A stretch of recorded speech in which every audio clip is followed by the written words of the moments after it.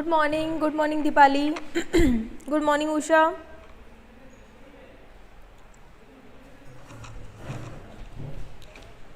Good morning Deepali. Good morning Usha. Good morning. बच्चा जल्दी आ जाओ फटाफट, कल की तरह लेट हो जाएगा फिर। Good morning Deepali. Good morning Usha. Good morning. बच्चा जल्दी आ जाओ फटाफट, कल की तरह लेट हो जाएगा फिर।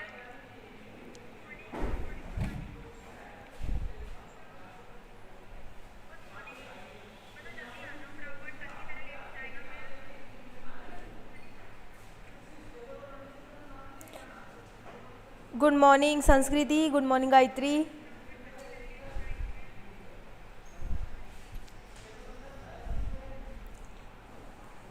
Good morning Sanskriti. Good morning Gayatri.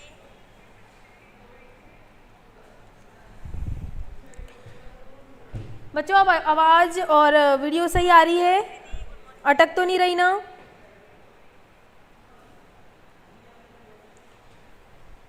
बच्चों अब आवाज़ और वीडियो सही आ रही है? अटक तो नहीं रही ना?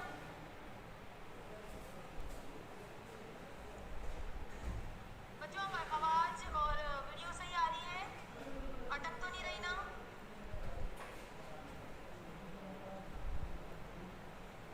Good morning Anjali.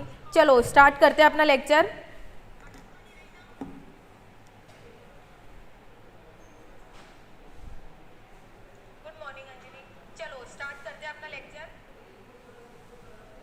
चलो बढ़िया, तो अपन अपना लेक्चर स्टार्ट करते हैं। अब एक काम करते हैं, कल जो मैंने बताया था मैं एक बार वापस बता देती हूँ, ठीक है ना, तो कि कंफ्यूजन नहीं होगा।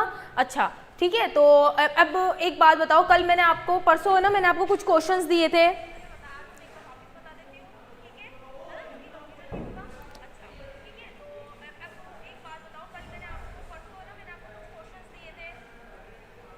परसों मैंने कुछ क्वेश्चंस दिए थे आपको, याद है?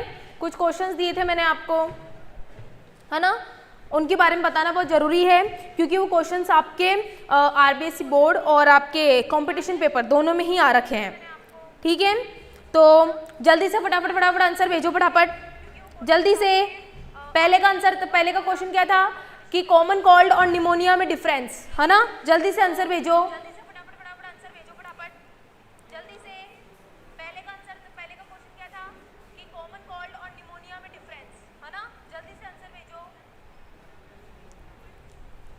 बताओ, अगर आंसर आया हो तो जल्दी बताओ फटाफट।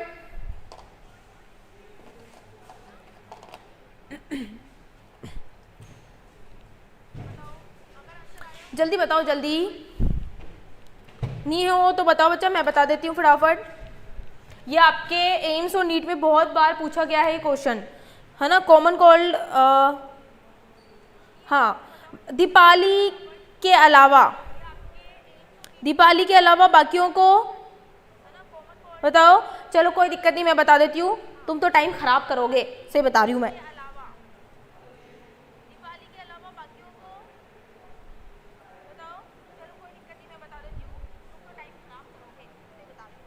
चलो स्टार्ट करते हैं, मैं बता देती हूँ फटाफट, ठीक है? चलो देखो, सबसे पहले था अपना निमोनिया। फटाफट देखो इधर बच्चा, ये बहुत इंपॉर्टेंट बात है जो आपको बता रही हूँ मैं, ध्यान से सुन लेना बच्चा। निमोनिया जो होता है और दूसरा कौन सा था? Common cold. अब देखा जाए तो इनमें डिफरेंस या फिर अंतर बहुत है। सामान्य सर्दी जुकाम और निमोनिया में अंतर बहुत है, लेकिन एक मेन डिफरेंस पूछ रहा है आपसे, मेन डिफरेंस पूछ रहा है। तो मेन डिफरेंस क्या बताना? चलो मैं एक ऊपर से बता देती हूँ। निमोनिया बैक्टीरिया की वजह से होता है और कॉमन कोल्ड वायरस की वजह से होता है। तो आप बोलोगे हाँ मैम ठीक है, ये डिफरेंस हो गया। नहीं बच्चा, ये भी गलत है। निमोनिया और कॉमन कोल्ड दोनों ही अपने रेस्पिरेटरी ट्रैक्ट बीमारी होती है, यानी श्वसनीय मार्ग से रिलेटेड संबंध रखता है। गुड मॉर्निंग दीपाली, ठीक है? चलो, तो निमोनिया जो होता है आपके, ये बात ध्यान रखना, ये लंग्स को इन्फेक्टेड रखता है, लंग्स को इन्फेक्टेड करता है, ठीक है? जो आपकी कैसी होती है? क्रोनिक होती है, जिससे आपके डेथ भी हो सकते हैं, मैंने देखा था। और कॉमन कोल्ड, जब अपन को सर्दी जुकाम होता है नॉर्मली, ये भी आपके रेस्पिरेटरी या श्वसनीय मार्ग से रिलेटेड होता है। लेकिन ये जो होता है, ये किससे रिलेटेड होता है? सिर्फ आपके अपर रेस्पिरेटरी ट्रैक्ट से रिलेटेड होता है। बच्चा ये बात ध्यान रखनी है आपको, दोनों में क्या डिफरेंस है? निमोनिया लोअर रेस्पिरेटरी ट्रैक्ट, यानी निचला श्वसनीय मार्ग यानी जिसमें अपने लंग्स आते हैं उसको इन्फेक्ट करता है। लेकिन कॉमन कोल्ड में जो वायरस होता है वो आपके ट्रेकिया से नीचे नहीं जाता है, यानी कॉमन कोल्ड में जो वायरस होता है वो लंग्स को इन्फेक्ट नहीं करता है। ये बात आपको ध्यान रखनी है, सिर्फ आपकी श्वसनीय जो श्वासनल होती है ना उसी को इन्फेक्ट करता है। ये था एक मेन डिफरेंस जो आपसे पूछा जाता है। मैम आपकी आवाज़ रिपीट हो रही है। Pneumonia takes time to treat, हाँ संस्कृति वो भी हो सकता है बच्चा, बट ये वाला जो चीज़ मैंने आपको बताया ना वो वाला पॉइंट याद रखना।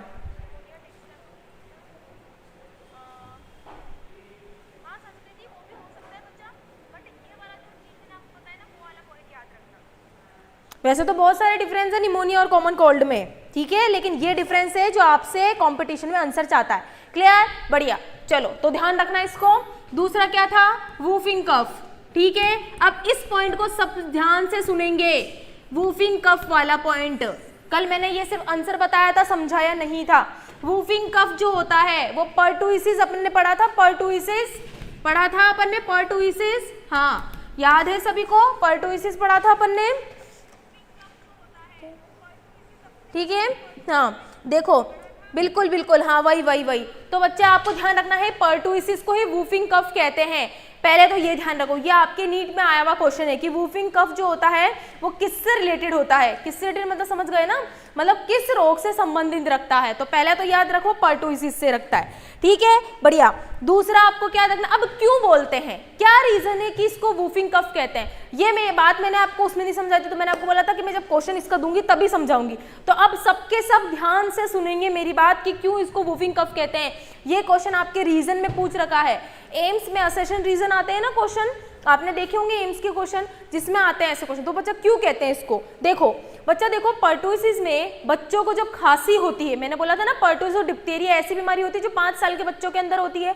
तो ये ऐसी बीमारी होती है कि बच्चा इसमें जब ये ज़्यादा सीवियर हो जाता है तो बच्चा बहुत ज़्यादा खांसने लगता है, वो खांसता ही रहता है, लगातार खांसता रहता है, तो उसका चेहरा बिल्कुल लाल हो जाता है, ठीक है। तो जब वो जो बच्चा जब खांसता रहता है ना, लगातार जब खांसता रहता है तो उसका बिल्कुल चेहरा लाल हो जाता है। लाल होने के कारण क्या होता है कि जब वो सांस लेता है, जब वो इनहेल करता है तब उसके कफ से क्या आवाज बाहर निकलती है। जब वो इनहेल करता है तब आवाज बाहर निकलती है। अपन बोलते हैं ना वूफिंग करना मतलब चिल्लाना, तो आवाज बाहर निकलती है ना अलग से, इसीलिए इसको वूफिंग कफ भी कहते हैं। तो अजीब सी आवाज निकलती है, ठीक है, इसीलिए पर्टुइसिस को वूफिंग कफ भी कहते हैं। याद रखना इस पॉइंट को, क्वेश्चन आता है आपसे, बिल्कुल हाँ। तो ये बच्चा ध्यान रखना, क्वेश्चन पूछा जाता है कि जब इनहेल करता है वो बच्चा, ये क्वेश्चन था, इनहेलेशन के समय आवाज आती है। इनहेल मतलब सांस को जब अंदर लेता है, खांसते खांसते जब वो इनहेल करता है, सांस को अंदर लेता है, तब एकदम से उसकी कफ के समय एक अजीब सी बाहर निकलती है आवाज, इसीलिए इसको वूफिंग कफ भी कहते हैं। कब बोलते हैं ना, कफ जम जाता है तब तो खांसी आती है अपन को, तो बस इसीलिए इनहेलेशन के समय क्या होती है, आवाज आती है, इसीलिए बच्चा, इसीलिए इसको क्या कहते हैं, वूफिंग कफ भी कहते हैं पर्टुइसिस को। ये बात आपको ध्यान रखनी है, ये क्वेश्चन आपसे असर्शन रीजन में एम्स में पूछा गया था, ध्यान रखना इस बात को। क्लियर, चलो बढ़िया, समझ में आ गया सभी को, बोलो केस मैम समझ में आ गया, जल्दी बोलो फटाफट, जल्दी बोलो फटाफट, मैम समझ में आ गया वूफिंग कफ वाला, जल्दी बोलो भाई।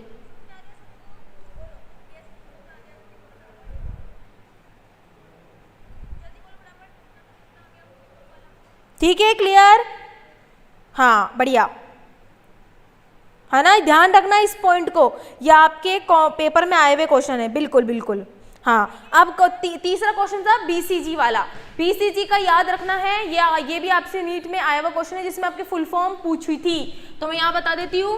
पहले तो बीसीजी की फुल फॉर्म, ठीक है, तो बच्चा ध्यान रखना है, बेसिलस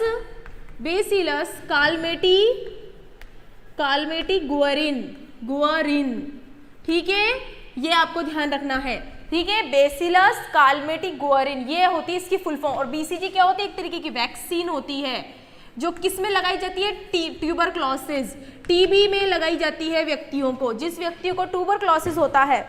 मैम समझ आ गया, वूफिंग कफ, ओके, है ना, हाँ, बेसिलस बिल्कुल फॉर टीबी, ये बात आपको ध्यान रखना है कि बीसीजी का टीका किस में लगाया जाता है, टीबी के लिए लगाया जाता है, जो अपन पढ़ेंगे, ठीक है, अभी आपने आगे आएगा।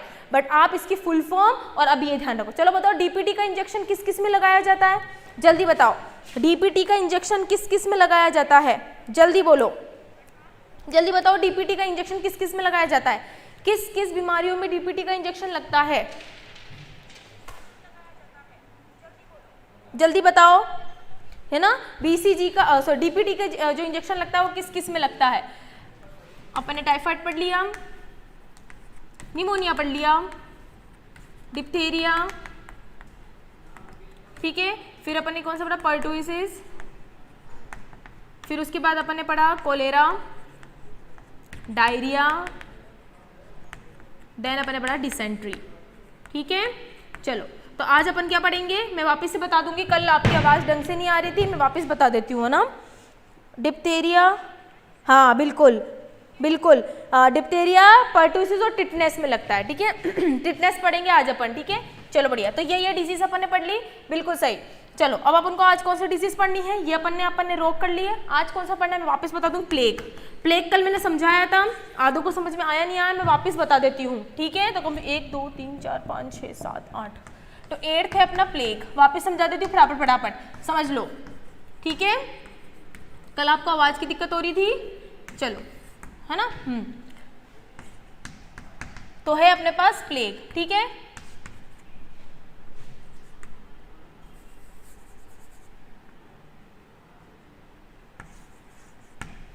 ठीक है। चलो तो ये अपन देखा था, हाँ बिल्कुल, ठीक है। तो अपन ने देखा था कि जो प्लेग होता है, 8वीं अपनी जो डिजीज थी कौन सी थी बच्चा, प्लेग। प्लेग जो होता है उसको अपन ब्लैक डेथ भी कहते हैं, क्या बोलते हैं, ब्लैक डेथ भी कहते हैं, याद रखनी है आपको, ठीक है। दूसरा, इसके लिए मैंने आपको एक इंपॉर्टेंट बात बताई थी जो आपके एम्स में पूछा गया था आपसे कि स्मॉल पॉक्स के बाद ऐसी कौन सी डिजीज थी जिसने लाखों लोगों की डेथ हुई थी, तो आपको ध्यान रखना है प्लेग दूसरी ऐसी डिजीज बनी थी जिसमें लाखों लोगों की डेथ हुई थी। इंडिया में ओवरऑल करोड़ों लोगों की डेथ हुई थी पूरे अर्थ में, मतलब जितने भी कंट्रीज थी उसमें, जिसमें आपके इंडिया में से बहुत लाखों लोगों की डेथ हुई थी, मिलियंस में लोगों की डेथ हुई थी, ठीक है। अच्छा, इसका जो रोगजनक था वो कौन सा था, यर्सेनिया पेस्टिस, ठीक है। इसका रोगजनक क्या है, यर्सीनिया पेस्टिस, जो मैं आपको बता चुकी हूँ कल, ठीक है, कि यर्सीनिया पेस्टिस एक बैक्टीरिया होता है बच्चा जो प्लाग को कॉज करता है। फिर मैंने आपको एक और बात बताई थी कि प्लाग जो थी वो चूहों की बीमारी होती है, ह्यूमंस की बीमारी नहीं थी, ये भी क्वेश्चन आ रखा है। प्लेग जो है वो सबसे इंपॉर्टेंट है बच्चा, इससे क्वेश्चन बहुत अच्छे बनते हैं, तो इसको अच्छे से समझना। प्लेग जो है वो चूहों को मलेरिया कहा जाता है, प्लेग को चूहों को मलेरिया भी कहा जाता है, ध्यान रखना, ये चूहों की बीमारी थी। अभी फैला कैसे था मैंने आपको कल समझाया था, वापस बता देती हूँ फटाफट। देखो बच्चा, ये स्प्रेड कैसे हुआ ये देख लो, है ना। ये मान लो एक चूहा था, ठीक है, ये दूसरा चूहा था, ठीक है, और ये अपने पास, है ना, ये कुछ ऐसा था, ठीक है। अब ये जो चूहा है ये इन्फेक्टेड है, इन्फेक्टेड मतलब इसके अंदर बैक्टीरिया है, ये इन्फेक्टेड है मतलब ये संक्रमित है, इसके अंदर बैक्टीरिया है। अगर ये बैक्टीरिया है तो फिर दूसरे चूहों में कैसे फैला, तो सुनो बच्चा, ये चूहे के बालों में एक है ना फ्ली रहती है। फ्ली क्या होता है बच्चा, मैंने बताया था, जिसको अपन पिस्सू भी कहते हैं, कुछ ऐसा बोलते हैं शायद हिंदी में बोलते हैं ना। ये जैसे अपने अंदर क्या जू होती है ना, वैसे इनके बालों में ना एक कीड़ा होता है ना, इंसेक्ट होता है, जिसको अपन फ्ली कहते हैं। तो वो जो होता है ना फ्ली, हमेशा लिविंग ऑर्गेनिज्म में रह सकता है बच्चा, ये बात याद रखना, यानी वो जिंदा होना चाहिए, वो संक्रमित तो नहीं, उससे कोई फर्क नहीं पड़ता, बस जिंदा होना चाहिए। अब इस इन्फेक्शन के कारण, इसमें बैक्टीरिया था तो इस इन्फेक्शन के कारण इसकी डेथ हो गई, इसकी मृत्यु हो गई। अब ये जो फ्ली जो था ना, वो इसके अंदर जो बैक्टीरिया था उसने इसको ले लिया, यानी फ्ली के अंदर क्या है, बैक्टीरिया है, ध्यान रखना, ठीक है। दूसरी बात, अब ये फ्ली ये मर गया, अब ये फ्ली यहाँ से उड़ेगा और ये जाएगा दूसरे चूहे के पास, किसके पास जाएगा, दूसरे चूहे के पास। तो दूसरे चूहे को क्या कर देगा, ये इन्फेक्टेड कर देगा। इन्फेक्शन से फिर बाद में इसकी क्या हो जाएगी, थोड़े दिनों बाद इसकी भी डेथ हो जाएगी। और वो जो फ्ली था वो तो वैसे भी उड़ते उड़ते वो बीमारियां तो फैला ही रहा था। अब ऐसे करते करते बच्चा कुछ समय निकल गया और बहुत सारे चूहों की डेथ हो गई, तो चूहों की कमी हो गई, यानी चूहों की पॉपुलेशन कमी हो गई, लेकिन फ्ली तो वहीं के वहीं थे। अब फ्ली चाहते थे कि हम वापस से चूहों के अंदर ही, अब उनको पता नहीं था लेकिन ऐसा हो रहा था। अब फ्ली बोल रहे थे चूहों की तो मैं मृत्यु हो गई, अब हम कहाँ जाए। तो अब इनको कोई नहीं दिखा, तो पता है कौन दिखा, बस इंसान दिखा। कोई नहीं दिखा तो कौन दिखा, बस इंसान दिखा। तो अब चूहे तो मर गए थे, अब इनको कहीं ना कहीं तो रहना था, तो बस इस फ्ली ने क्या करा, इंसान को इन्फेक्ट कर दिया।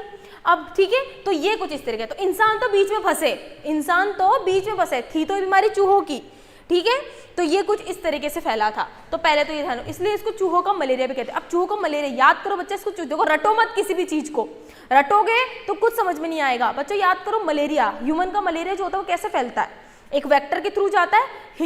फीमेल एनोफिलीज क्या करती है, प्लाज्मोडियम को इधर से उधर फैलाती है, कुछ इसी तरह से फैलता है ना मलेरिया भी अपने अंदर। सेम देखो, ये वाली डिजीज भी तो इसी तरह फैली है, तो इसको क्या बोल सकते हैं अपन, चूहों का मलेरिया बोल सकते हैं। हाँ बिल्कुल बोल सकते हैं, ठीक है, बढ़िया।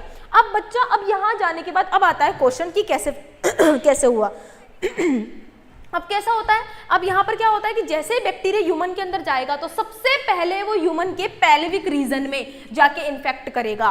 पेल्विक रीजन वो रीजन होता है जहां पर एक्सटर्नल जेनाइटेलिया प्रेजेंट होता है। पहले तो ये ध्यान रखो, क्या बोला मैंने कि जो बैक्टीरिया जब भी ह्यूमन की बॉडी में जाएगा तो पेल्विक रीजन, वो रीजन या वो क्षेत्र जहां पर जननांग उपस्थित होते हैं, भले वो मेल हो या फीमेल हो, ठीक है। तो इस रीजन को अपन क्या बोलते हैं, पेल्विक रीजन, जहां पर जेनाइटेलिया प्रेजेंट होते हैं। जेनाइटेलिया जानते हो बच्चा, जननांग उपस्थित होते हैं, ठीक है, ये आपको ध्यान रखना है। इसके अलावा भी एक जगह और जा सकते हैं, वो है अपना एक्सिलरी रीजन। अपने आर्म्स का जो रीजन होता है उसको एक्सिलरी रीजन कहते हैं। खैर ये आपके कोर्स में नहीं है, आप ये वाला ध्यान रखना। क्या बोला मैंने कि बैक्टीरिया जैसे ही ह्यूमन की बॉडी में जाएगा, यहां पर जाने के बाद इंसान के पेल्विक रीजन में जहां जननांग उपस्थित होते हैं वहां जाएगा।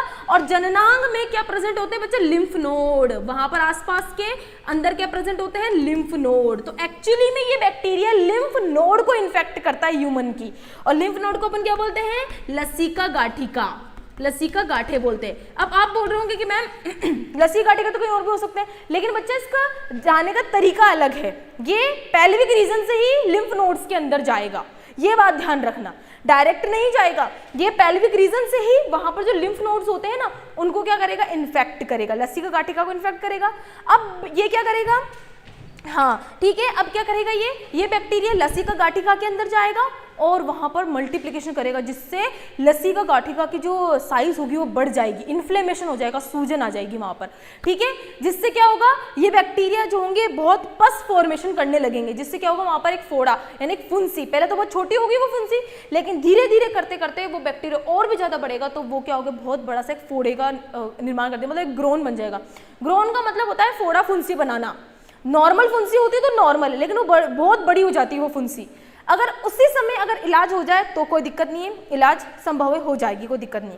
लेकिन अगर मान लो कोई इंसान के ऐसे रीजन पे ऐसा हो गया, फिर भी वो इलाज नहीं करवा रहा है, तो अब वो बैक्टीरिया क्या करेगा, लिम्फ नोड को तो इन्फेक्ट कर दिया उसने, कर दिया, चलो बढ़िया। अब वो क्या करेगा, आपके ब्लड के अंदर से होते होते आप क्या जाएगा, आपके लंग्स में चला जाएगा, फिर लंग्स को इन्फेक्ट कर दिया। दूसरा, फिर अगर उस इंसान ने और इलाज नहीं करवाया तो फिर और ज़्यादा क्या हो जाएगा, सीवियर केसेस में क्या हो जाता है बच्चा, फिर अपने पूरे ब्लड में फैल जाता है। और ब्लड में फैलने के बाद ये आपकी पूरी रक्त वाहिनियों के अंदर से होते होते आपके फिंगर्स पे चला जाता है, यानी उंगलियों में आ जाता है। और आपकी जो उंगलियां होती है इस बैक्टीरिया के कारण कैसी हो जाती है बच्चा, काली कलर की हो जाती है। कैसी हो जाती है, ब्लैक कलर की हो जाती है। तो जब फिंगर्स ब्लैक हो जाती है, सीवियर केसेस में ऐसा होता है, तो बच्चा उसको बोलते हैं अपन गैंग्रीन। क्या बोलते हैं, गैंग्रीन बोलते हैं। ये आपसे पूछा गया था कि गैंग्रीन जो होता है वो किस डिजीज में, ये ऐसा सिम्टम है जो सिर्फ प्लाग में देखने को मिलता है आपको। ये बच्चा हिंदी में याद रखो, ये इंग्लिश में। इसका मतलब होता है कि जब उंगलियां काली पड़ जाती है तो उसको गैंग्रीन कहते हैं। उंगलियां जब काली पड़ जाती है उसको गैंग्रीन कहते हैं, और इसका कोई इलाज नहीं, जिसमें आपको उंगलियां कटवानी ही पड़ेगी, इसलिए इसको ब्लैक डेथ भी कहते हैं। ये बात आपको ध्यान रखनी है। तो आया आपको समझ में, तो ये था अपना प्लाग। क्लियर हो गया सभी को, बताओ प्लेग समझ में आया सभी को, बोलो यस मैम समझ में आ गया, ठीक है। तो ये तो था अपना प्लेग वाला, ठीक है। क्वेश्चन आता है यहाँ से, मैंने बता दिया, एक तो इसको ब्लैक डेथ किसको कहते हैं, इसको चूहों का मलेरिया भी कहते हैं। ये चूहों में फैली थी लेकिन इंसान तो बीच में फंस गया। इसमें एक सिम्टम होता है जो इसी में, मैंने याद है मैं हर एक डिजीज में आपको एक की सिम्टम बताती हूँ। इसका एक सिम्टम है गैंग्रीन, ठीक है। और लिम्फ नोड में एक फफोला, फफोला बन जाना मतलब एक बड़ा सा फुंसी का बना देती है ये, ठीक है। और कुछ इस तरीके से होता है। तो बच्चा ये बात आपको ध्यान रखना, समझ में आ गया सभी को, बोलो यस मैम क्लियर है ना, बढ़िया। चलो तो ये बात आपको ध्यान रखनी है बच्चा, क्वेश्चन आता है, ध्यान रखना, कंफ्यूज नहीं होना है, ठीक है। चलो अब आगे स्टार्ट करें, आगे वाली डिजीज स्टार्ट करें अपन। हाँ आगे स्टार्ट करते हैं। आगे है अपना बच्चा, मैं इसको मिटा देती हूँ, इसको मिटा दें अपन, इसको हटा दें। चलो तो ये अपना 8th प्लाग कंप्लीट हो गया। अब बच्चा आपके बुक में आरबीसी में दे रखा और एनसीईआरटी में भी दे रखा है। एक दे रखा है आपके टिटनेस, है ना, फिर आपके दे रखा है ट्यूबरकुलोसिस, फिर दे रखा है आपको लेप्रोसी। ये 3 है बस लास्ट, फिर अपन वायरस वाले स्टार्ट करेंगे, ठीक है। तो बच्चा अपनी नेक्स्ट है अपने पास जो डिजीज है अपने ना, ये प्लेग हो गया, तो 9th वाली है अपने पास लेप्रोसी, ठीक है। लेप्रोसी के बाद 10th जो पढ़ाऊंगी मैं इसी के साथ बता रही हूँ है टिटनेस। अब बच्चा कभी भी अगर मैं आपको 2 डिजीज साथ में पढ़ा रही हूँ तो इसका मतलब क्या है, मैंने आपको पहले बता दिया था कि उनके सिम्टम्स कई हद तक बिल्कुल सेम है, ये बात मैंने आपको बोली थी। तो लेप्रोसी और टिटनेस फैलते भी एक तरीके से है और इनमें लगभग सिम्टम या लक्षण भी सेम है। लास्ट में बचेगा ट्यूबरकुलोसिस, तो 11वां जो ट्यूबरकुलोसिस है वो अच्छे से पढ़ेंगे अपन, उसको भी साइड में रखो, लेकिन ये दोनों पढ़ लो, फटाफट हो जाएगा कंप्लीट, ठीक है।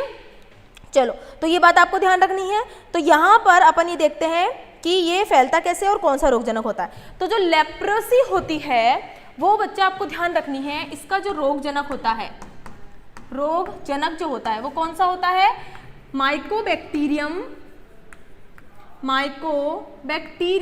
लेप्राए। ये इसका क्या है बच्चा, रोगजनक है। ये आपके आरबीएससी की बुक में भी दे रखा है और क्वेश्चन भी आ रखा है इसका सिर्फ पैथोजन पूछते, ज्यादा नहीं पूछते ज्यादा टिटनेस में, ठीक है। खैर, लेप्रोसी जो होता है वो होता है, और बच्चा लेप्रोसी में मजेदार बात ये है कि इसको फैलने में इसका जो इंक्यूबेशन जो पीरियड होता है वो कम से कम कितना हो जाता है, मतलब सालों तक वेरिएबल होता है। वेरिएबल मतलब जानते हो ना, मतलब 2 से 5 साल लग जाएंगे। ये बैक्टीरिया अंदर चला गया, 2 से 5 साल को तो आपको भनक ही नहीं है कि अपने अंदर बैक्टीरिया है। मतलब इसका जो इंक्यूबेशन पीरियड होगा ना वो 2 से 5 साल के बीच में होगा। ये है, ये बात आपको ध्यान रखनी है। ये 2 से 5 साल को तो आपको भनक ही नहीं लगेगी कि अपने अंदर बैक्टीरिया भी है, ठीक है। ये फैलता कैसे है, ये वही स्नीजिंग, खांसने से, ये ड्रॉपलेट इन्फेक्शन से फैलता है। याद रखना ये किससे फैलता है, ड्रॉपलेट इन्फेक्शन से फैलता है, ठीक है। मतलब अगर आप खांस रहे हो, छींक रहे हो, म्यूकस बाहर निकाल रहे हो तो ये बैक्टीरिया, ये दोनों ही ऑलमोस्ट ये दोनों ऐसे ही फैलते हैं। स्प्रेड जो होते हैं दोनों ऐसे ही होते हैं। कैसे होते हैं मैंने आपको बता दिया, यानी कोई इंसान खांस रहा है, स्नीजिंग हो रहा है, ठीक है ना, स्नीज कर रहा है ना, कफ बाहर निकाल रहा है, म्यूकस बाहर निकाल रहा है, ठीक है। तो ये इस तरीके से फैलता है। तो दोनों के अंदर ही सेम है बच्चा, दोनों में से। अब बच्चा सबसे इंपॉर्टेंट बात क्या ध्यान रखनी है आपको, देखो अब मैं आपको टिटनेस का भी बता दूं, फिर मैं आपको एक साथ इनके सिम्टम समझाऊंगी, ठीक है। अब मैं आपको टिटनेस का भी बता देती हूँ, देन फिर अपन साथ में करेंगे। टिटनेस का रोगजनक जो होता है बच्चा, सिम्टम अभी मैंने कुछ बताया नहीं, दोनों को साथ में बताऊंगी, कंफ्यूज मत होना, ठीक है। इसका जो रोगजनक होता है वो होता है बच्चा क्लोस्ट्रीडियम टिटेनी, ठीक है। अच्छा सॉरी क्लोस्ट्रीडियम टिटेनी, ये है इसका रोगजनक, ठीक है। देखो एक बार ध्यान से, क्लोस्ट्रीडियम टिटेनी है इसका, हाँ बिल्कुल, है ना, क्लोस्ट्रीडियम टिटेनी है इसका, है ना, क्या है इसका रोगजनक, ठीक है। चलो बढ़िया। अब सुनो बच्चा, मैंने अभी पूरा नहीं समझाया, सिम्टम एक साथ ही बताऊंगी, है ना। दूसरा, इसका जो आपको इंक्यूबेशन पीरियड दिखेगा वो भी वेरिएबल है, मतलब 2 से 3 हफ्ते वीक्स लग जाएंगे आपको, देन आपको लक्षण दिखाई देंगे, 2 या 3 हफ्ते के अंदर आपको लक्षण दिखाई देंगे।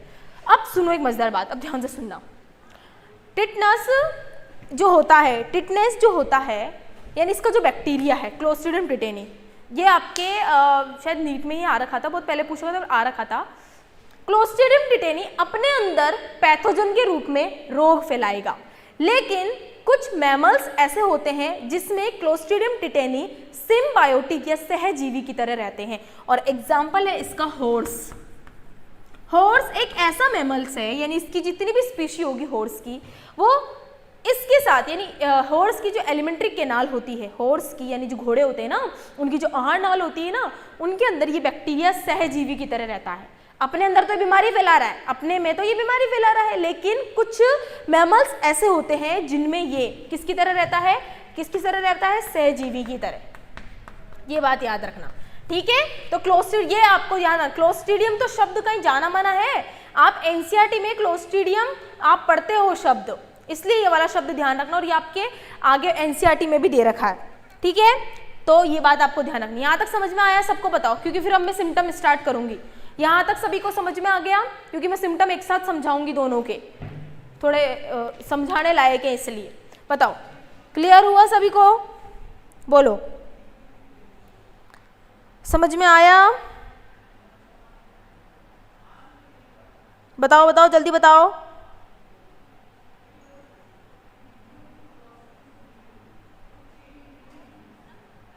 है ना, हाँ ठीक है। सहजीवी क्या होता है? अच्छा सहजीवी क्या होता है बच्चा? बच्चा देखो सहजीवी क्या होता है, ठीक है बता देती हूँ मैं।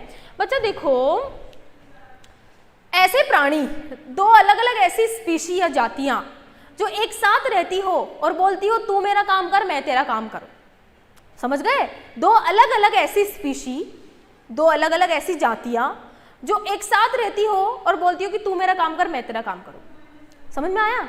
अब जैसे आप एग्जाम्पल मान लो, अपन लोग ह्यूमंस हैं, ह्यूमंस अपन लोग जो डॉग्स होते हैं उनको पालते हैं ना। अब डॉग्स की स्पीशी अलग है, ह्यूमन की स्पीशी अलग है या नहीं है? बिल्कुल है मैम, ठीक है। लेकिन अपन दोनों साथ में रहते हैं, तो डॉग्स क्या करता है, डॉग्स क्या मांगता है, ह्यूमन क्या करता है कि मैं तेरे को खाना पानी दूंगा, रहने के लिए जगह दूंगा, और डॉग्स क्या करेगा उसके बदले क्या करेगा, ईमानदारी से रखवाली करेगा, तो तू मेरा काम कर मैं तेरा काम करूँ। दूसरा एग्जाम्पल सुनते जाओ और बता रही हूँ, लाइकेन आपने देखा होगा जिसमें आपके कौन होते हैं, आपके फंजाई यानी कवक, और अपने दूसरा कौन सा होता है, एल्गी तो फोटोसिंथेसिस करके खाना बनाएगा, और जो कवक होगा वो मिनरल या फिर खनिज को अवशोषित करेगा।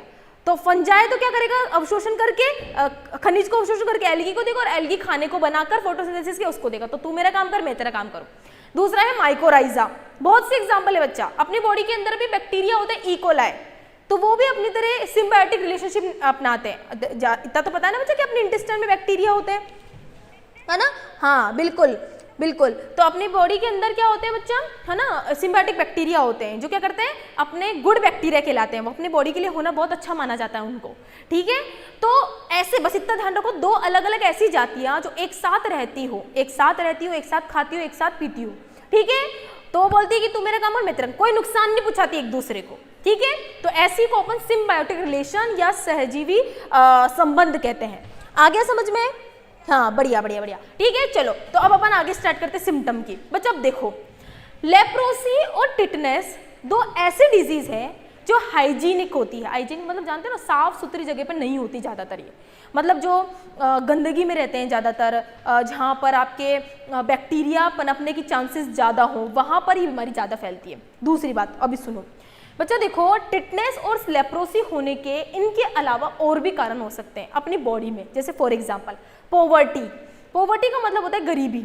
अगर आप अच्छा खाना नहीं खा रहे हो, गरीबी में हो, हाइजीन जगह पे नहीं रह रहे हो, तब भी आपको ये दोनों होने के चांसेस, यानी वहां पर ये बैक्टीरिया पनपने के चांसेस है।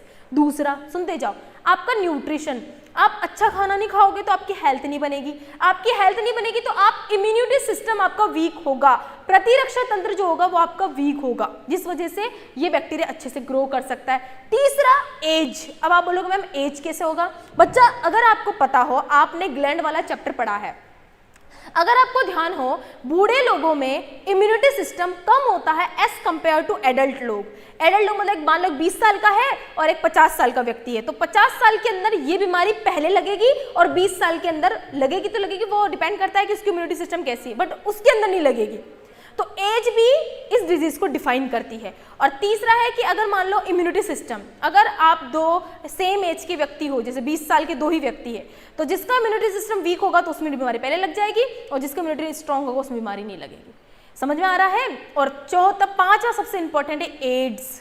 एड्स एक ऐसी बीमारी है जो आपके इम्यूनिटी सिस्टम को पूरी तरह से खा जाती है, यानी पूरी तरह से वीक कर देती है। तो छोटा भी बैक्टीरिया होगा ना जो नॉर्मल, वो भी आपको इन्फेक्शन कॉज करेगा, संक्रमित कर देगा आपको। तो ये 5 ऐसे फैक्टर होते हैं बच्चा जिसमें ये टिटनेस और लेप्रोसी फैलने के चांसेस रहते हैं। समझ में आया आपको? बताओ ये चीज मुझे समझाई, वो चीज क्लियर हुई या नहीं हुई? पहले तो ये बताओ, जल्दी बताओ, हुई? जल्दी बताओ, जल्दी। क्लियर हो गई सभी को? बताओ।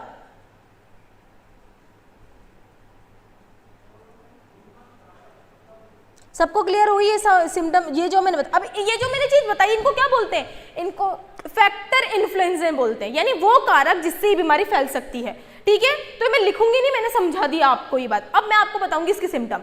अब आप बोलोगे मैम जब सिम्टम दोनों के सेम है तो फिर अंतर क्या है? जब आप सब कुछ सेम बता रहे हो तो फिर अंतर क्या? अंतर है बच्चा, सुनो। लेप्रोसी के अंदर, अब मैं बताऊंगी इनके सिम्टम। क्या बताऊंगी मैं? सिम्टम। हाँ बिल्कुल, अब मैं बताऊंगी सिम्टम। अब सुनो, लेप्रोसी का एक की सिम्टम है और टिटनेस का भी की सिम्टम है। पहले अब मैं बात करूंगी किसकी? लेप्रोसी की। बच्चा लेप्रोसी में जब इंसान को लेप्रोसी या फिर लेप्रोसी हो जाएगी तो उस इंसान की स्किन पर डार्क कलर के रेड कलर के पैचेस दिखाई देंगे। मान लो आपकी जांघ हो गई, आपके हाथ हो गए, आपकी गर्दन हो गई, है ना। तो जैसे दांत खुजली के फंगस इन्फेक्शन होता है तब वो दांत नहीं हो जाते हैं, वैसे होते हैं, लेकिन वो तो अलग होते हैं कलर के। आपको रेड कलर के स्पॉट्स दिखने लगेंगे स्किन के ऊपर, तो स्किन पर रेड कलर के स्पॉट्स दिखना लेप्रोसी का लक्षण है। तो इसका जो लक्षण है, की लक्षण यानी की फीचर जो है वो है red colour spots on skin, यानी त्वचा पर रेड कलर के रैशेस दिखाई देते हैं। ये इसका की सिम्टम है। ये सिम्टम इसमें नहीं होता है। इसमें क्या है वो मैं अभी बताती हूँ, ठीक है। तो लेप्रोसी का सिम्टम क्या है, आप इसको सर्च भी कर लेना, बुक में भी दे रखा है, आई थिंक आपके आरबीएससी की बुक में दे रखा है शायद लेप्रोसी में, जिसमें हाथ या पैर बना रखे हैं और उसमें रेड कलर के पैचेस बना रखे हैं, आप देखना उसको, ठीक है। तो कुछ इस तरीके का, तो अब समझ जाता है इंसान। अब देखो बच्चा, अब आप सोच रहे हो मैम ऐसे तो रैशेस बहुत होते हैं, बच्चा होते हैं, लेकिन सुनो, देखो आपने ना फंगस इन्फेक्शन देखा होगा जहाँ पर दांत खुजली हो जाती है, तो वहां पर सिर्फ एक ही जगह पे रहता है। लेकिन लेप्रोसी में जब रेड कलर का स्पॉट दिखेगा तो आपको कहीं यहाँ मतलब फैलता हुआ नजर आएगा। वो आपको ऐसे नहीं फैलेगा, स्पॉट्स के नजर में फैलेगा वो। तो ये एक तरीके का डिफरेंस है, डॉक्टर समझ जाते हैं कि भाई हाँ इसको लेप्रोसी हो सकती है। क्लियर। तो ये तो था अपना लेप्रोसी। अब आ जाओ अपने टिटनेस में, सबसे ज्यादा पूछा जाता है इसके लक्षण। अब कैसे, अब ध्यान से सुनना, ठीक है। तो लेप्रोसी वाला अपना कंप्लीट हो चुका है, ठीक है, लेप्रोसी अपना कंप्लीट। अब अपन बात करते हैं टिटनेस की। अब सुनो, टिटनेस को बच्चा क्या बोलते हैं, लॉक जो भी कहते हैं। अब मैं एक मिनट इसको लिख दूं, अलग पेन से लिख देती हूँ, अलग इससे लिख देती हूँ, मार्क। देखो बच्चा, टिटनेस को लॉक जो डिजीज भी कहते हैं। अब आप बोलोगे मैम ये क्या है, आप इसको ऐसे लिखे रहने दो, मैं समझाती हूँ, फिर देन समझ में आएगा। सुनो, जब ये बैक्टीरिया आपकी बॉडी में चला जाता है बच्चा, तो पहला है कि ये आपकी बॉडी में जाके ब्लड में जाकर आपके लंग्स को इन्फेक्ट करता है, ठीक है। लंग्स को इन्फेक्ट करेगा, पहला लंग्स इन्फेक्ट करेगा, ये लंग्स को संक्रमित करेगा। सुनते जाओ। इसके साथ साथ ये आपको, इसके साथ साथ आपको कफ होगा, कफ के साथ साथ आपको सांस लेने में दिक्कत आएगी, ब्रीथलेसनेस होगा, ब्रीथलेसनेस होगा, ठीक है। ये तो है कि ये तो मेन ये है नॉर्मल फीचर। लेकिन अगर आप इलाज नहीं करवा रहे हो, अगर आप इलाज नहीं करवा रहे हो तो बच्चा पता है क्या होता है फिर, सुनो ध्यान से। तो पता है ये बैक्टीरिया आपकी पूरी बॉडी में जाके आपके नर्वस सिस्टम में जाकर, आपकी बॉडी के नर्वस सिस्टम में, है ना, नर्वस सिस्टम में जाकर इन्फेक्शन करता है। अब नर्वस सिस्टम में भी जाके पता है क्या करता है, ये नर्वस सिस्टम में जाके आपके जो स्केलेटन सिस्टम होता है, स्केलेटन सिस्टम में आपके स्केलेटन मसल्स होती है ना, उसको जाके इन्फेक्ट करेगा। तो क्या बोला मैंने, मैं वापस बताती हूँ, ध्यान से सुनो। मैंने बोला नॉर्मल है टिटनेस, पहले तो ये आपको कुछ ऐसे सिम्टम देगा, आपको सांस लेने में दिक्कत आएगी, ब्रीथलेसनेस होगा, आपको कफ आएगा वगैरह वगैरह। लेकिन अगर ये ज़्यादा ही फैल गया तो ये बॉडी के अपने नर्व तंत्रिका तंत्र में जाएगा। तंत्रिका तंत्र में जाने के बाद आपके जो न्यूरोमस्कुलर जंक्शन सुना है आपने, हाँ मैम सुन तो रखा है, जहाँ पर आपके मस्कुलर सिस्टम काम करता है, ठीक है ना, वहाँ पर जाके आपकी बॉडी में स्पाज्म क्या होता है बच्चा, स्पाज्म का मतलब होता है अकड़न आ जाना, अकड़ जाती है आपकी मसल्स पूरी तरह से, अच्छे से कॉन्ट्रैक्शन नहीं कर सकती आपकी मसल्स या पेशियां। अब देखो, अब ज्यादातर आपकी नर्वस सिस्टम में कौन सी मसल्स होती है, एक तो आपकी ये वाली हैंड की, एक आपकी गर्दन की और आपके जबड़े की मसल्स, इनको जाके लॉक कर देता है। अब लॉक मतलब समझे, अब जैसे मैं बोल रही हूँ तो मेरी मसल्स कॉन्ट्रैक्शन भी कर रही है, फैल भी रही है और सिकुड़ भी रही है, तो ये नॉर्मल है ना। लेकिन जब ये डिसीज हो जाएगी आपको तो आप ढंग से अपने मुंह को खोल भी नहीं सकते, आपकी जबड़े की मसल्स अच्छे से ना कॉन्ट्रैक्ट और रिलैक्सेशन ही नहीं कर पाएगी। इसीलिए इसको अपन ने लॉक जो डिजीज बोला, यानी जिसमें जबड़ा क्या हो जाता है, लॉक हो जाता है, यानी मसल्स पूरी खिंचने लग जाती है, आप एक जगह बैठे रहोगे, मतलब आप पूरी तरह से हिल डुल नहीं सकते। तो ये है इसका, बहुत ही ज़्यादा खतरनाक होता है, बहुत पेनफुल होता है बच्चा ये। तो टिटनेस इसलिए ज़्यादा खतरनाक है, ज़्यादातर केसेस में बहुत ज़्यादा फैल जाता है, तो डेथ भी कॉज कर सकता है टिटनेस में, ठीक है। तो ये था जो मेरे को आपको बताना था, मसल्स जो होंगी वो पूरी तरह से लॉक हो जाती है, मसल्स जो होते हैं वो कैसे हो जाती है, लॉक हो जाती है पूरी तरह से। आया समझ में, इसलिए इसको, ये लोहे से भी फैलता है ना, हाँ बच्चा, हाँ बिल्कुल बिल्कुल फैल सकता है, बिल्कुल बिल्कुल फैल सकता है, ठीक है। तो बताओ समझ में आ गया आपको, तो बताओ तो दोनों सेम थे, फैले एक जैसे ही थे, लेकिन क्या अंतर था वो मैंने आपको बताया। इसका लक्षण क्या था, इसके अंदर फैक्टर इन्फ्लुएंसिंग सेम थे। फैक्टर इन्फ्लुएंस मतलब फैलने के कारण दोनों के सेम थे, इसलिए मैंने दोनों को साथ में पढ़ाया, ठीक है। और दूसरा एक एक जो लक्षण था जो दोनों में अलग है, इसमें क्या था लक्षण ये वाला और इसमें लक्षण थे ये वाले, जो आपको ध्यान रखना है। तो क्वेश्चन ये भी आता है लॉक जो डिजीज किससे रिलेटेड होती है, तो आप क्या रखेंगे टिटनेस से रिलेटेड। तो आया समझ में, बोलो सभी को समझ में आ गया, बताओ बच्चों।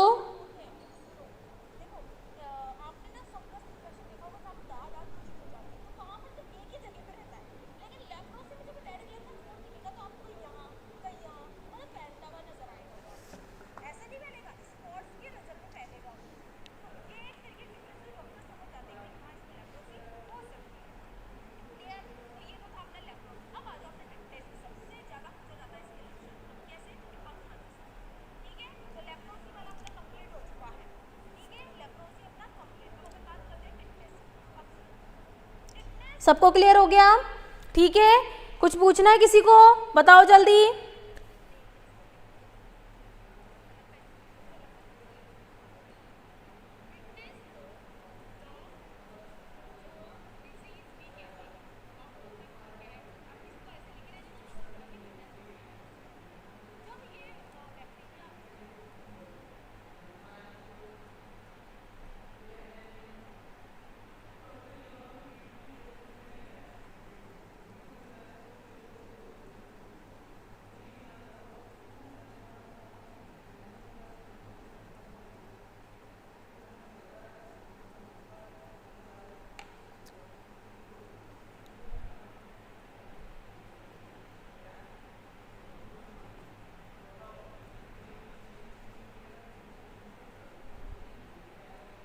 चलो बढ़िया, ठीक है। तो लास्ट अपना जो बचा है वो है ट्यूबरक्लोसिस, उसको भी कंप्लीट कर लेते हैं, वो भी छोटा सा है, फटाफट फटाफट उसको कंप्लीट करते हैं, ठीक है। बस ये लास्ट हो गया, फिर आज अपना अपना बैक्टीरिया वाला कंप्लीट। तो अपन ने आज बैक्टीरिया वाला कंप्लीट कर लेंगे, बस लास्ट अपना ट्यूबरक्लोसिस है, बस वो बचा है, उसको भी देख लो फटाफट फटाफट। चलो ठीक है। तो जो 11th है अपना कौन सा है, टीबी, ठीक है। हाँ ट्यूबरक्लोसिस, इसका जो क्या बोलते हैं जो पैथोजन होता है वो कौन सा है बच्चा, ट्यूबरक्लोसिस। रोगजनक तो सभी को ध्यान होगा, है ना, हाँ बढ़िया, ठीक है। चलो तो अब बच्चा देखो ट्यूबरक्लोसिस जो होता है वो किससे रिलेटेड होती है, लंग्स रिलेटेड बीमारी है, ये बात आपको पता होनी चाहिए, लंग्स रिलेटेड डिजीज होती है, यानी फेफड़ों से संबंधित रोग है ये। इसका रोगजनक मैंने आपको बता दिया ट्यूबरक्लोसिस। दूसरा है ना ये भी बच्चा जहाँ पर आपने देखा होगा, जहाँ गांव इलाकों में जो ज़्यादा साफ सफाई नहीं रखते हैं, है ना, कंटेमिनेटेड मतलब ऐसे खाना खाते हैं, वहाँ पर ज़्यादा फैलता है। तो गांव इलाकों में ज़्यादा देखने को मिलते हैं केसेस। फिर टीबी के जो रोगी होते हैं ना गांव इलाकों में ज़्यादा देखने को मिलते हैं एज़ कम्पेयर टू मतलब ऐसा अर्बन एरिया के अंदर, ठीक है। खैर तो ये बात आपको, तो इसके भी कारक वही है जो मैंने आपको पिछले बताया था कि इसका इम्यूनिटी सिस्टम वीक होगा तो उसमें भी ज़्यादातर चांसेस हैं ये फैलने के वगैरह वगैरह, ठीक है, बढ़िया। तो ये मैंने आपको बताया। अच्छा इसके सिम्टम क्या हो सकते हैं, अभी आपको बताया, इसके सिम्टम है कि सीवियर पेन होता है, चेस्ट पेन होता है। इसके सीवियर क्या होता है, मतलब इसमें वजह कुछ है नहीं, क्योंकि ये बात आपको सिर्फ रोगजनक याद रखना है इसका, ठीक है, इसमें ज़्यादा कुछ पूछते नहीं है, ठीक है। तो आपको इसमें क्या याद रखना है कि इसके अंदर जो सिम्टम आते हैं, जब ये बैक्टीरिया किससे कैसे फैलता है मैंने आपको बताया, गंदगी से फैलता है, तो अपने इनहेलेशन से, ड्रॉपलेट इन्फेक्शन से भी फैलता है बच्चा, ना ड्रॉपलेट इन्फेक्शन से फैलता है, ठीक है। दूसरा आपको क्या याद रखना है कि ये जो होता है, जो सिम्टम होते हैं इसके, इसमें सीवियर मतलब सीवियर चेस्ट पेन होता है, इसमें सीवियर चेस्ट पेन होगा, ठीक है, बहुत दर्द होता है इसमें खांसते समय, है ना, चेस्ट में बहुत ज़्यादा पेन होता है। और दूसरा बहुत ज़्यादा कफ बाहर निकलता है, और वो जो कफ होता है ना बहुत ही मतलब गांठेदार होता है, गांठ नहीं निकलती, गांठे, है ना, बहुत क्लोट जैसी निकलती है ना कफ, वैसी वाली कफ होती है ये, ठीक है। दूसरा ना और ये भी होता है ब्रीथिंग में दिक्कत आती है, बहुत ज़्यादा ब्रीदिंग में बहुत ज़्यादा दिक्कत आती है, अच्छे से वो इनहेल नहीं कर सकता, एक्सेल नहीं कर सकता, ना तो वो इनहेल कर सकता है ढंग से, ना वो इनहेल। बच्चा देखो मैंने आपको एक चीज़ बताई थी कि अगर आपकी कोई भी डिजीज लंग्स रिलेटेड है तो आपके लंग्स या फेफड़ों की सेल्स या कोशिका म्यूकस स्रावित करती है, आपको मैंने चीज़ बताई थी, और वो अपनी बॉडी के लिए अच्छा होता है। तो उस म्यूकस के कारण अपन को ब्रीदिंग में नहीं आती, ब्रीदिंग दिक्कत आती है। अब वो इसलिए होती है ताकि वो बैक्टीरिया बाहर निकल जाए। अब ये बैक्टीरिया बहुत ढीठ है, निकलता ही नहीं है बाहर, वहीं बैठ जाता है जमा होकर, ठीक है ना। तो इसलिए जो टीबी होती है वो उसमें जो बैक्टीरिया होता है वो लंग्स में पूरी तरह से मतलब ऐसे पस फॉर्मेशन कर देता है। पस फॉर्मेशन मतलब बिल्कुल जम जाता है बैठ के और अपनी कॉलोनी भी बढ़ा लेता है। इसलिए क्या होता है कि है ना वो जो म्यूकस होता है ना वो पूरी तरह से ऐसा गाढ़ा टाइप हो जाता है, जिस वजह से ना अच्छे से ऑक्सीजन भी डिफ्यूजन नहीं हो पाती और ऑक्सीजन भी पहुंच नहीं पाती। तो सीवियर केसेस में बच्चा क्या होता है कि जब ये बहुत ज़्यादा फैल जाता है तो उसमें डेथ भी हो जाती है। तो टीबी में बहुत से लोगों की डेथ हुई है, ठीक है, इसमें भी बहुत से लोगों की डेथ होती है। खैर अभी तो हो गया है लेकिन अब पहले ऐसा ही था। तो ये बात आपको ध्यान रखना, समझ में आया आपको? तो ये बात आपको ध्यान रखनी है, ये क्वेश्चन पूछा जाता है आपसे। अच्छा है ना। अच्छा हाँ एक चीज़ और, हाँ इसका जो क्योर है, क्योर मतलब जानते हो ना, इसका जो इलाज आपको बताया बीसीजी का टीका। बीसीजी का टीका लगता है अगर पहले ही सिम्टम में, पहले ही सिम्टम मतलब देखो बच्चा आपको अगर खांसी या जुकाम एक हफ्ते के अंदर अंदर 3 या 4 दिन तक होता है तो नॉर्मल है, कोई दिक्कत नहीं है। लेकिन अगर आपको खांसी जुकाम 7 दिन हो गए, 2 हफ्ते हो गए, 3 हफ्ते हो गए, उससे ज़्यादा हो रहा है तो प्लीज़ एक बार डॉक्टर को कंसल्ट करना चाहिए, क्योंकि नॉर्मल नहीं होता। नॉर्मल है 2 से 3 दिन या 4 दिन तक, बस नॉर्मल है, ये होता है अपन को सबको खांसी जुकाम होता है नॉर्मल ही। लेकिन अगर ये जब 1-2 हफ्ते 3 हफ्ते तक ज़्यादा ही फैलता है तो बहुत ज़्यादा दिक्कत हो जाती है, फिर आपको कोई ना कोई और डिजीज़ है। तो उसमें से भी एक ये टीबी वाला है, इसमें इंसान की यही होता है ऐसे पे। तो इसमें बीसीजी का टीका लगता है जिसमें ये पहले ही सिम्टम में, तो अब जब आपको 1 हफ्ते ज़्यादा होता था तो उसमें टीका लगा देते हैं जिससे बैक्टीरिया उसको ग्रो नहीं होने देता, ठीक है। अच्छा एक चीज़ बताना भूल गई मैं आपको, उसमें क्या बोलते हैं टिटनेस जो बताया था, टिटनेस के अंदर वो टीका लगता है डीपीटी का, ये बात मैं आपको बता चुकी हूँ। डीपीटी का टीका लगता है और बीसीजी का टीका इसमें लगाया जाता है। बस आपको इसमें इतना ध्यान रखना है, समझ में आ गया आपको? चलो तो ये अपना टीबी वाला कंप्लीट हो गया। अब इससे ज़्यादा कुछ नहीं है बच्चा। इसमें इंक्यूबेशन पीरियड मैंने आपको बताया कि 2 हफ्ते से 1 मंथ तक हो सकता है ना। 2 हफ्ते के अंदर अंदर आपको पता चल जाएगा और 1 मंथ भी लग सकते हैं इसका आपको याद नहीं रखना, ठीक है। तो बस इसका ये याद रखना, टीबी का ट्यूबरक्लोसिस बैक्टीरिया की वजह से होता है और इसमें ये सिम्टम और ये टीका याद रखना बस, और कुछ याद नहीं रखना है आपको, ठीक है। तो चलो तो आज अपन ने बैक्टीरिया से होने वाले जितने भी डिजीज थे वो कंप्लीट कर लिए। कल से मतलब जो भी अपना अगला जो लेक्चर होगा बच्चा उसमें अपन वायरस से होने वाले रोग पढ़ेंगे, ठीक है। तो बताओ यहाँ तक समझ में आ गया, चमक गया सभी को?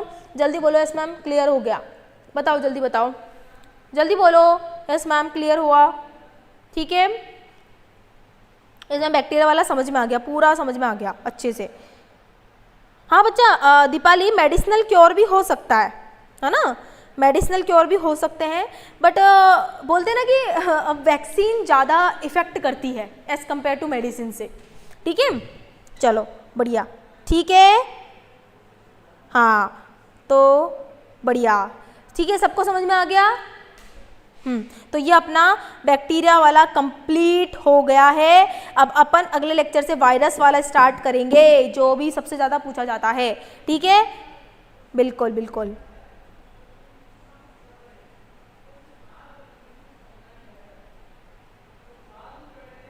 चलो ठीक है, चलो अगर किसी को डाउट हो तो बच्चा पूछ लेना एक बार, जितने भी आरबीसी वाले हैं बच्चा एक बार बुक में देख लेना, है ना, बुक में सारी डिजीज़ के बारे में दे रखा है। अगर कोई डाउट हो तो पूछ लेना, वैसे तो आ जाएगा अब तो समझ में आपको, लेकिन फिर भी कोई डाउट हो तो एक बार मुझसे पूछ लेना अगले लेक्चर में कि मैम ये चीज़ समझ में नहीं आई, एक बार बता दो, ठीक है। ओके बेटा ओके, चलो ठीक है, बाय, ओके, पढ़ लेना तुम थोड़ा सा।